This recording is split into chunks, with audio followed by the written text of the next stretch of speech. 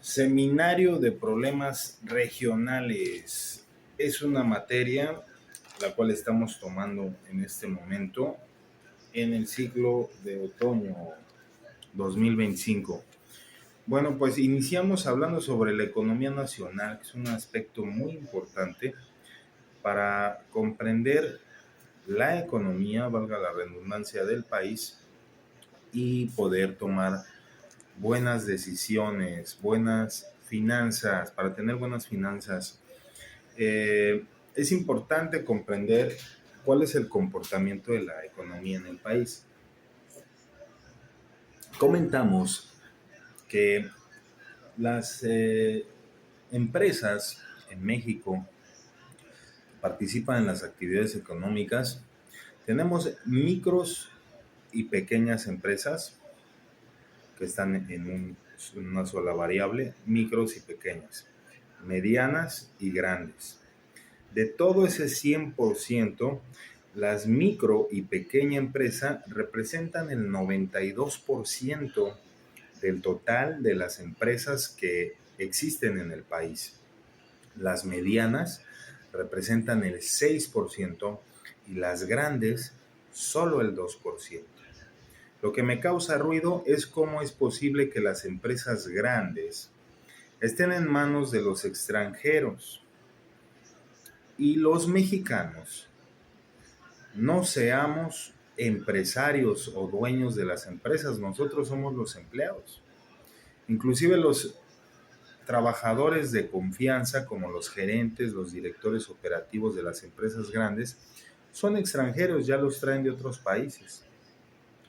El nivel educativo ha causado una lesión en la calidad de vida de los mexicanos. No nos educan financieramente, no nos educan para ser dueños de un negocio, para ser empresarios, nos educan para obedecer.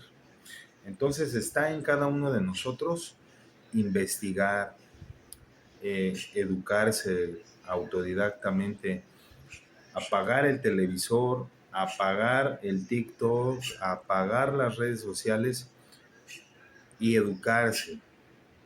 Leer un libro sobre economía, sobre finanzas, sobre cualquier tema que sea de nuestro interés. Poco a poco se va empezando. Bueno, entonces, estas pequeñas y medianas empresas, pues son que las empresas que venden que los taquitos, que los tamalitos, que las garnachitas, las quesadillas. Normalmente son familias que se apoyan y familias que trabajan en conjunto, familias unidas, que la tía, la abuela, la hermana, el primo, los primos, los sobrinos, ahí están atendiendo el changarrito, el negocio, ¿no? Las empresas pequeñas. Y estas pues normalmente tienen de 1 a 15 trabajadores. Así nos podemos dar cuenta qué tan grande es esa empresa. Cuando tú visitas un restaurante, un negocio de changarritos, ahí podemos darnos cuenta cuántos empleados tienen, ya sabemos si es pequeña, mediana o gran empresa. Las empresas medianas, que representan el 6%, tienen de 10 a 16 trabajadores, y las empresas grandes tienen más de 100 trabajadores. Esas empresas grandes, pues un ejemplo claro son los Oxxos, el Starbucks, el Suburbia, el Sears, el Sanborns, empresas que son cadenas ya nacionales, que tienen más de 100 empleados y que producen hasta 50 millones de pesos anuales. Aquí en las empresas pequeñas estamos hablando, con respecto a los datos de la Secretaría de Economía y Nacional Financiera, nos dice que las empresas pequeñas pues pueden llegar a producir hasta 4 millones de pesos anuales. Puede ser que más, puede ser que menos, puede ser que produzcan 800,000, 1,5 millones anual. y tienen de 1 a 15 empleados. Las empresas medianas pueden producir pues más de 4 millones y las empresas grandes hasta 50 millones de pesos anuales, ¿no? Y los sueldos que ofrecen, normalmente una empresa pequeña y micro, al trabajador le pagan algo así como 8,000, 9,000 pesos mensual. Las empresas medianas pagan algo así como 12,000 pesos mensual y las empresas grandes pagan hasta 15,000 pesos mensual, a lo mejor un poco más. Esos son los sueldos en México, que son sueldos, la verdad, muy austeros en comparación con lo que se gana en Estados Unidos, ¿no? En Estados Unidos por hora,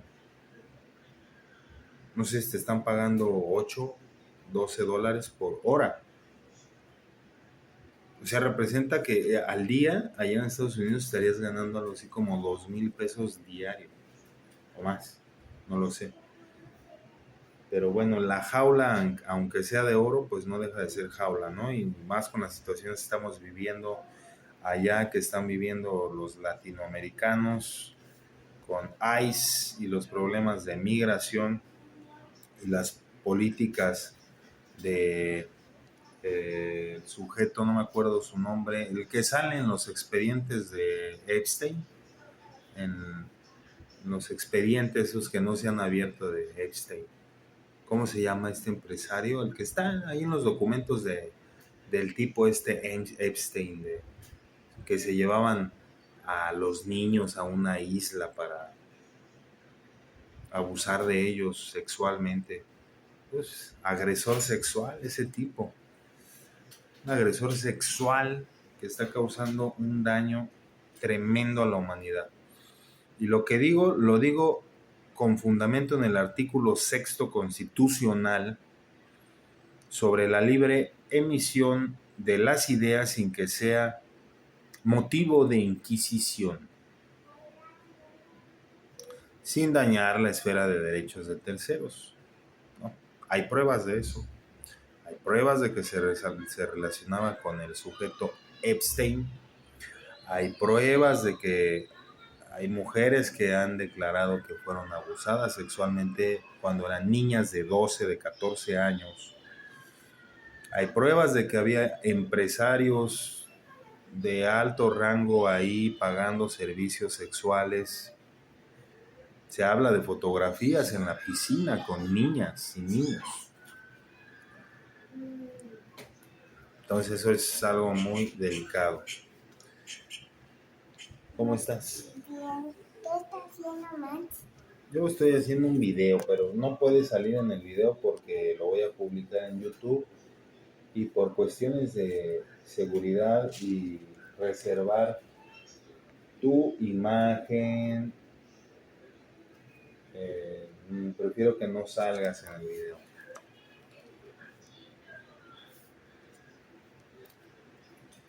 Bueno, entonces eso es lo que se comentó, ¿no? Sobre las micro, pequeñas, medianas y grandes empresas. Ya me fui por otro camino, pero en fin. También hablamos sobre el presupuesto del Tren Maya. Híjole, esto está duro, ¿eh? Mira nada más.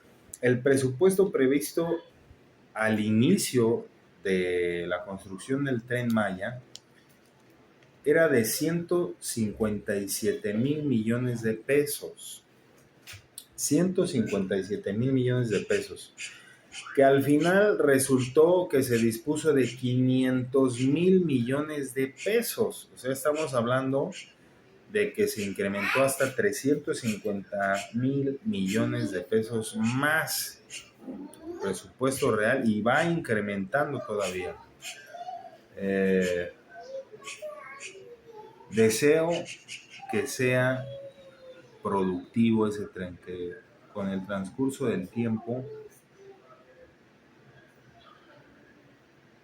vaya dándole utilidad a la nación, que todo ese dinero sea redituable. Eh, bueno, hablando ya de otros temas, fíjense que existen aspectos, elementos importantes para analizar cualquier tema al que se les ocurra. Por ejemplo, podemos analizar las ventajas y las desventajas de la globalización. La ventaja de la globalización es que tendríamos más productos, más acceso a mercancías, a información circulando por todos los lugares y todos los rincones del mundo más fácilmente. Pero la desventaja es que habría mucha competencia, inclusive se perdería la identidad cultural, ese es el temor, ir perdiendo nuestra identidad cultural debido a la mezcolanza que tendríamos con otras culturas, con otras economías, con otras políticas. Esa es la desventaja, ¿no?, de la globalización. Por eso existen los aranceles también, para regular los precios y no dejar en desventaja a los productores mexicanos, porque si por ejemplo un mexicano te produce zapatos en León, Guanajuato, que se producen zapatos buenísimos, cinturones de piel, productos, chamarras de piel padrísimas. Si una chamarra de piel te cuesta, digamos, 3,500 pesos, ¿no? Un calzado bueno, 1,500 pesos, unas botas de piel. Pero después China empieza a producir ese calzado sintético, o sea, ya no es piel. Están produciendo un zapato de menor calidad y más barato y lo introducen al país a competir con ese calzado que cuesta 1,500 con unas botas chinas que te pueden costar 500 pesos.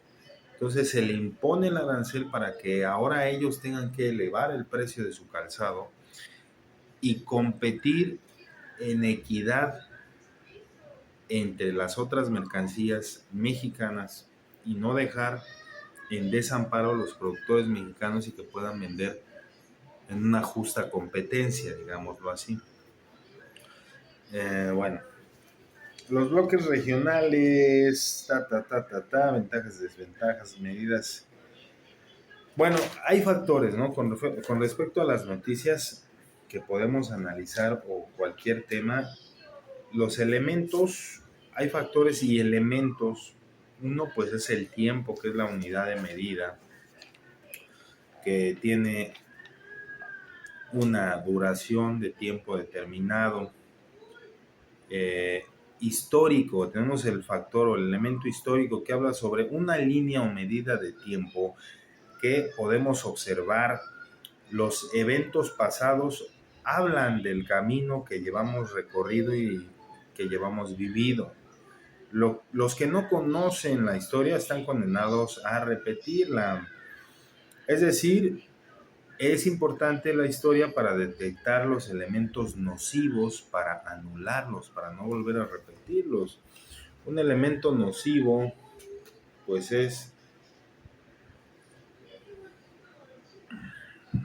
el PRI, ese partido político que gobernó durante décadas el país y pudo haber hecho algo mejor por el país. Sin embargo, no lo hizo y nos colocó en una posición de desventaja, en donde el extranjero inclusive nos pisoteaba. Se decía que éramos el patio trasero de Estados Unidos.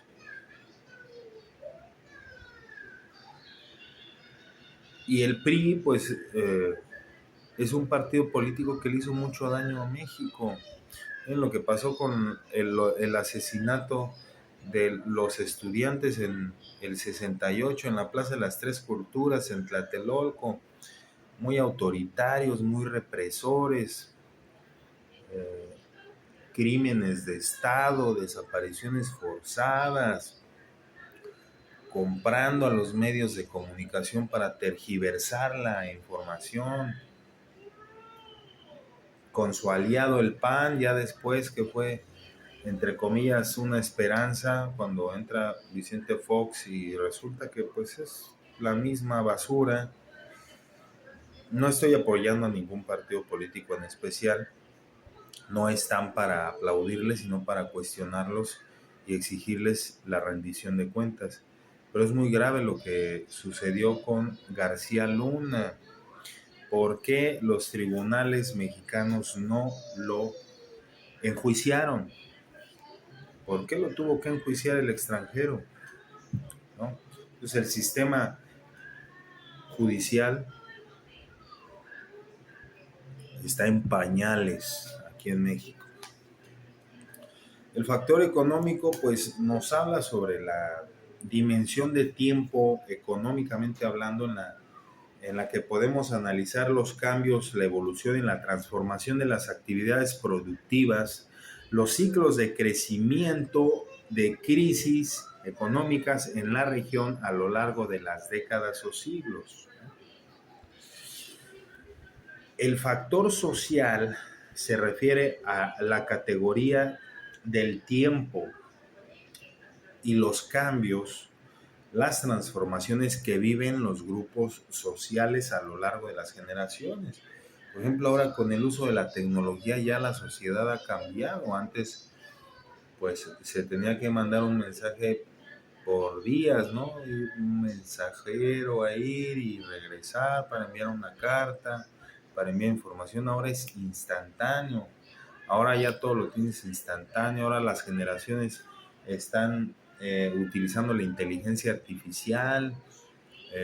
Hay mucha información en todos lados, ¿no? Entonces eso es un cambio que está viviendo un grupo social de esta época, de este siglo, influye también en él. Y bueno, pues el espacio es otro factor en donde se vive y se trabaja. Es una superficie geográfica, social, económica. Es aquel lugar y espacio donde nos relacionamos físicamente con la naturaleza, con la sociedad. Es aquel donde trabajamos, vivimos, convivimos con los grupos humanos. Es el espacio económico, aquel donde desenvolvemos la vida material, económica, espiritual también. Pues no es lo mismo estar allá en África o en la India o en China, que se practica el budismo, el taoísmo, se adora a Krishna, se practica la meditación, ¿no? También hay factores espirituales que influyen en la sociedad, en la manera de pensar, de percibir la vida. Es el lugar donde nos socializamos y el espacio en donde cambian inclusive las divisas y la cremástica, es decir, el dinero, el valor del dinero, la calidad de vida que puedes tener. Lo que está sucediendo en Haití, en la parte, porque Haití, digamos que está a lo largo, no hay norte ni sur, bueno, sí, pero no, sur, oriente y poniente, en la parte oriente de Haití, en donde hay situaciones ahorita muy difíciles en esa sociedad, en donde, híjole, la verdad estamos en la gloria. Aquí en México estamos en la gloria, a diferencia de otros países donde realmente las condiciones de vida son terribles. Y pues es lamentable porque ¿dónde quedan los derechos humanos que tanto se predican, pero no se practican? Bueno,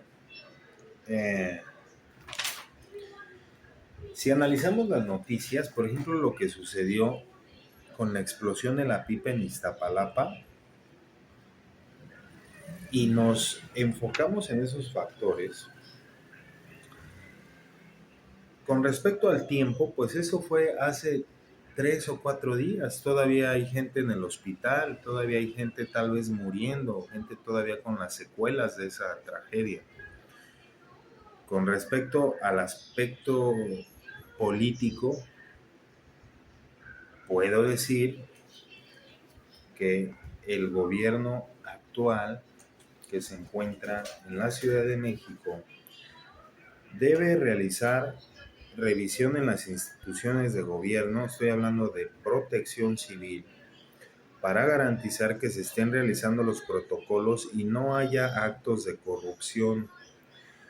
Lo que digo, lo digo como fundamento en el artículo sexto constitucional: libre emisión de las ideas, libre manifestación de las ideas sin que sea motivo de inquisición. Que lo digo porque Protección Civil debió realizar la revisión de todas esas empresas que transportan gas. ¿Por qué sucedió ese accidente? ¿Por qué esa pipa estaba circulando? ¿Dónde está la función de Protección Civil? ¿Es que acaso está habiendo actos de corrupción? Entonces la corrupción perjudica a la larga terriblemente al país. En el factor económico, pues está habiendo muchos gastos en el sector salud, porque ahora tiene el gobierno que cubrir esos gastos para reparar o tratar de reparar el daño. Que no descartamos la responsabilidad civil por usar materiales peligrosos por parte de esa empresa de gas que ocasionó un daño grandísimo, ¿no? Y también tiene responsabilidad el gobierno, que entonces hay actos de corrupción o no están llevando los protocolos como debería de ser, es decir, no están trabajando. ¿Dónde están todos los impuestos entonces que pagamos? ¿Para qué nos imponen tantos impuestos si no van a hacer bien su trabajo? ¿Por qué se inundan tanto las calles y cobran muchos impuestos? Están buenos para cobrar, pero no para actuar, ¿verdad? ¿Por qué no van modificando el sistema de drenaje? Ponen tuberías de drenaje mucho más grandes para que pueda fluir, hacer recolección de basura más seguido, hacer limpia de las calles más seguido, para que cuando llueva toda esa hojarasca no tape las coladeras. Hacer campañas también de educación a la población para que la población no tire basura en las calles, para que estemos conscientes de que eso que estás haciendo, esa basurita de chocolate, esa basurita de papas, tarde o temprano va a crear un problema más grande y te va a perjudicar a ti. Cuando vayas a trabajar, te vas a mojar los pies, va a haber tráfico, no va a poder circular uno libremente por las calles porque va a estar todo inundado. ¿Por qué? Por la basura que hay, por el sistema de drenaje deficiente que hay. Y bueno, pues se pueden analizar ahí varios aspectos con respecto a las noticias. Son problemas regionales, problemas de nuestro país. Se comentó también sobre los impuestos a los refrescos, al tabaco que se van a implementar, el incremento de esos impuestos. Esto es porque esos productos son muy nocivos para la salud. ¿Cuánta gente no hay en el sector salud demandando servicios de salud por problemas respiratorios, por problemas de diabetes? ¿Cuántas muertes por infartos? Todo eso lo tiene que pagar el Estado.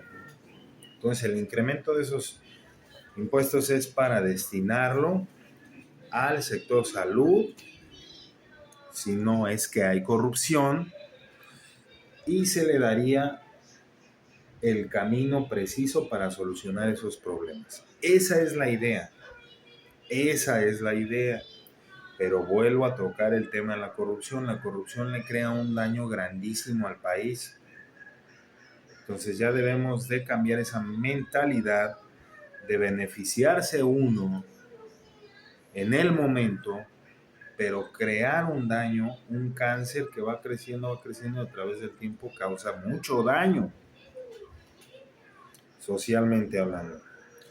Bueno, sobre el desabastecimiento de vacunas para la tuberculosis, aquí en Quintana Roo está habiendo incrementos en casos de tuberculosis y dice el Estado que no hay medicamentos, que van a llegar los medicamentos hasta octubre. Y con fundamentos, si ustedes leen el artículo cuarto constitucional, tiene la obligación de garantizar la protección a la salud, es un derecho humano, la protección a la salud de todos los ciudadanos y ciudadanas. Entonces, ¿qué está pasando? Necesitamos agilizar el órgano del sector salud para que los medicamentos lleguen inmediatamente. No deberíamos de esperar hasta octubre. O sea, estamos a 13 de septiembre. Estamos hablando de que van a pasar 15 días o un mes. En ese tiempo hay mucha gente que va a necesitar las vacunas, que va a necesitar atención médica y no hay los medicamentos para atender a esa gente. Y el artículo 4 constitucional resulta ser letra muerta en este momento. ¿Por qué? Porque no se está llevando a cabo como debe de ser la mecánica de las cosas. Y eso lo puedo fundamentar con pruebas. Es decir, ¿por qué? Porque compré un periódico. Por esto, se llama, por esto. Quintana Roo se lo compré el día de ayer. Sí, este es del 11 de septiembre. Y dice aquí, desabasto. Bueno, suman 305 contagios de tuberculosis en Quintana Roo y no hay vacunas. Personal de salud alerta que llegarán hasta octubre. O sea, ¿cómo puede ser posible esto? Vámonos a la página 11 para ver con detalle qué es lo que nos está diciendo sobre esta noticia.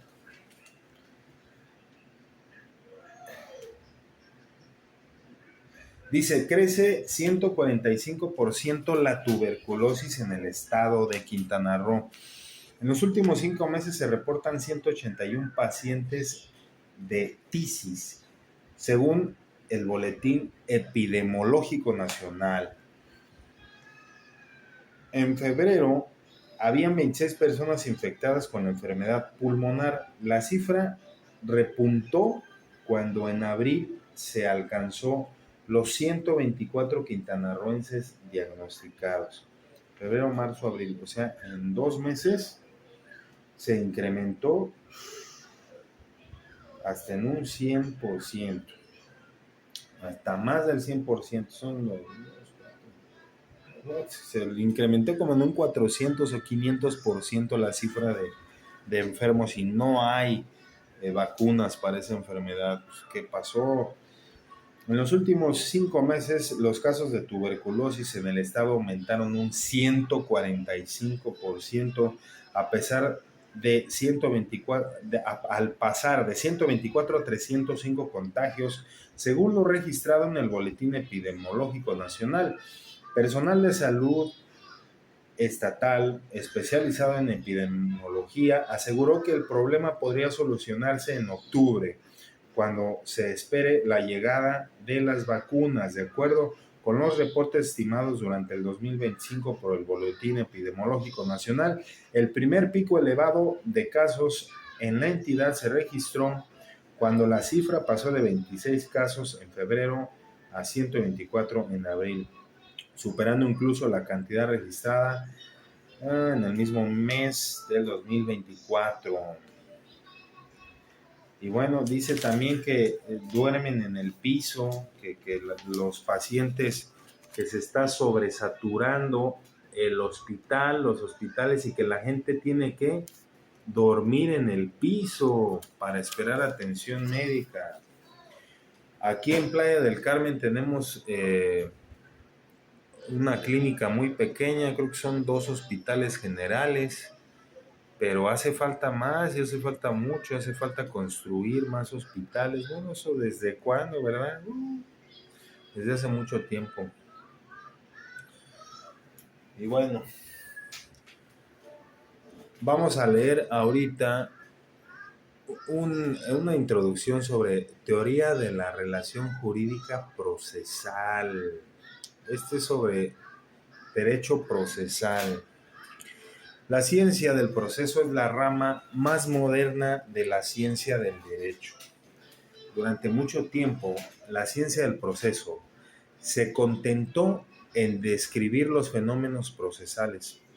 En esta etapa se desarrolló, en esta etapa de desarrollo, se mantienen todavía las grandes obras sistemáticas de Bayer y de Wetzel, consagradas a la exposición del derecho procesal alemán común, muy parecido al derecho procesal español vigente. El primero que abrió el camino para crear una ciencia constructiva del proceso fue Oscar Bülow. Oscar Bülow.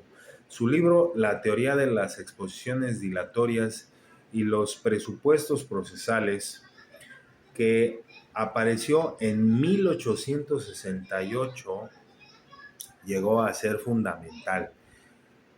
En él, Bülow estableció la teoría de que el proceso tiene el carácter de una relación jurídica pública existente entre el Estado y las partes. A base de este principio, Bülow llegó al concepto de los presupuestos procesales. Entiende bajo esta denominación los presupuestos formales, por ejemplo, la competencia de jurisdicción, la personalidad de las partes que se precisan para que surja una relación procesal válida. El libro de Bülow tuvo un éxito sin precedente.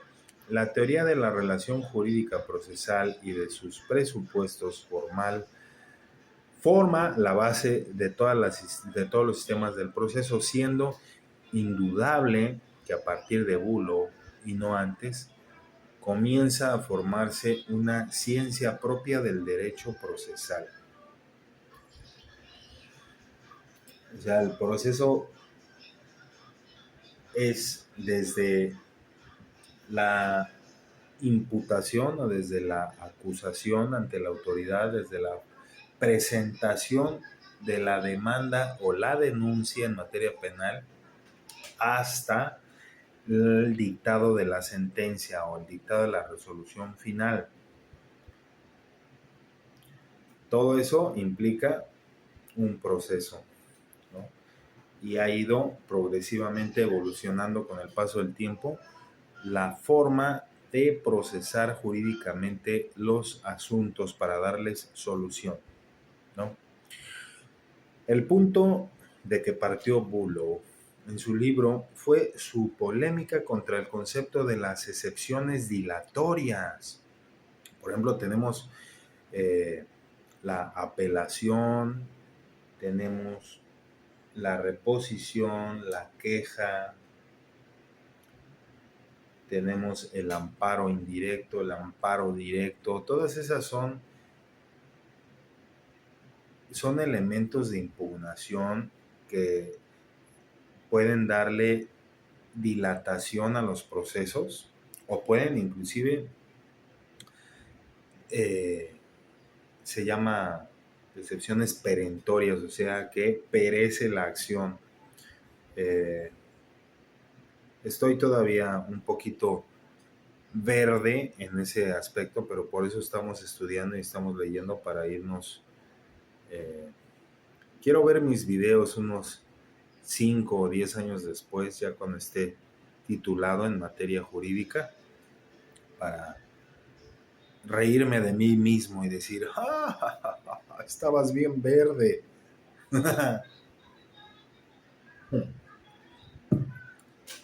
A veces no me gusta mi risa. Bueno, las excepciones dilatorias. La teoría del derecho común se basaba en el hecho empírico de que regularmente el demandado denuncia la existencia de defectos procesales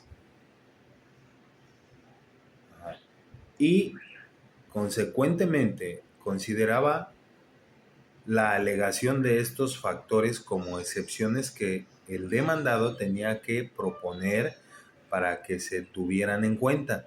Por otra parte, la denominación de las excepciones procesales como excepciones dilatorias tuvo su origen en otra idea. La institución de la excepción procesal fori declinatoria forideclinatoria, es de origen germano. Procede del derecho que tiene el demandado. Ay, ya me perdí.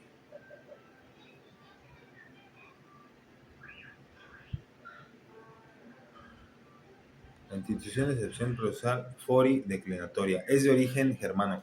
Procede del derecho que tiene el demandado a negar, en ciertos casos, la contestación a la demanda. Para esta institución se buscó un disfraz romanista, según la tendencia del Renacimiento.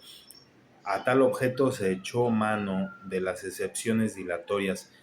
El hecho de que estas excepciones habían de proponerse antes de la litis contestatio, antes de la contestación a la demanda, y de que conducían a una absolutio ab instantia, llevaba consigo la consecuencia de subsumir bajo ellas las excepciones procesales. Sí, o sea, por ejemplo, si te están acusando de algún ilícito y le notifican a tu esposa y no a ti, la primera notificación tiene que ser personal y se te tiene que informar de qué se te está acusando y quién te está acusando.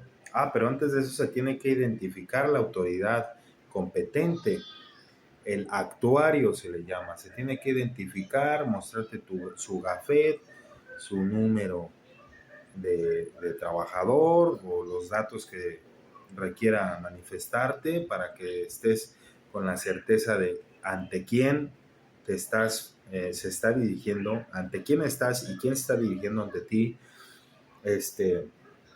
y después presentarte la demanda o la denuncia en tu contra, depende de la materia que sea. En materia penal es denuncia, en materia civil, mercantil, laboral es demanda, en otras materias es demanda.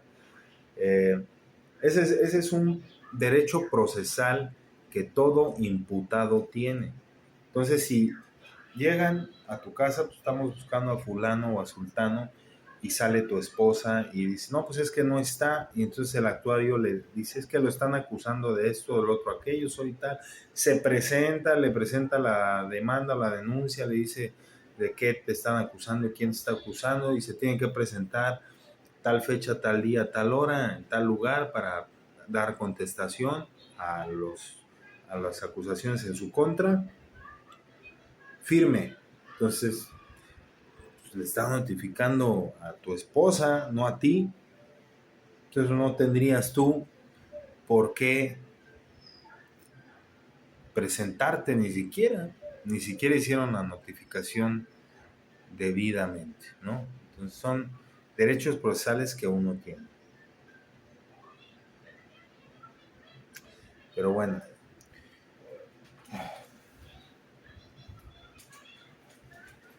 vamos a seguir transmitiendo en otra ocasión porque me muero de hambre.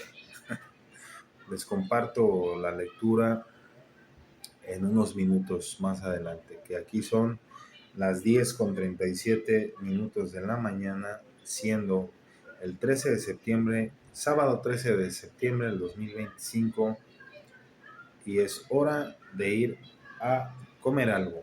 Ya desayunamos, mi hija y yo desayunamos, pero requiero otro cerealcito con frutita, una gelatinita también para ella, para que tenga algo en la pancita.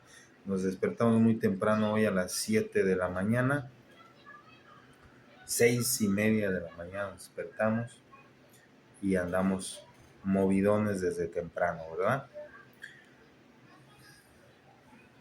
Bye.